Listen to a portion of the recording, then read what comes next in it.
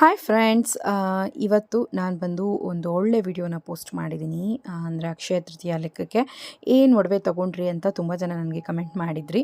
So ಹಾಗಾಗಿ ನಾನು ಏನು ತೊಗೊಂಡೆ ಅನ್ನೋದ್ರ ಬಗ್ಗೆ ಫುಲ್ ವಿಡಿಯೋ ಯೂಟ್ಯೂಬ್ ಚಾನಲಲ್ಲಿ ನಾನು ಅಪ್ಲೋಡ್ ಮಾಡಿದ್ದೀನಿ. ಸೊ ಎಷ್ಟು ಗ್ರಾಮ್ ಇದು ಮತ್ತು ಎಷ್ಟು ರೇಟ್ ಬಿತ್ತು, ಮತ್ತು ಡಿಸೈನ್ಸ್ ಎಲ್ಲ ಹೇಗಿದೆ, ಯಾವ ಅಂಗಡಿಯಲ್ಲಿ ತೊಗೊಂಡಿದ್ದು ಅನ್ನೋದ್ರ ಬಗ್ಗೆ ಕಂಪ್ಲೀಟ್ ಇನ್ಫಾರ್ಮೇಷನ್ ನಾನು ನನ್ನ ಚಾನಲ್ನಲ್ಲಿ ಅಪ್ಲೋಡ್ ಮಾಡಿದ್ದೀನಿ. ಸೊ ಒಂದೊಂದು ಅಂದರೆ ಇಯರಿಂಗ್ಸ್ ಕೂಡ ಯೂನಿಕಾಗಿ ತುಂಬ ಚೆನ್ನಾಗೇ ಇತ್ತು ಡಿಸೈನು.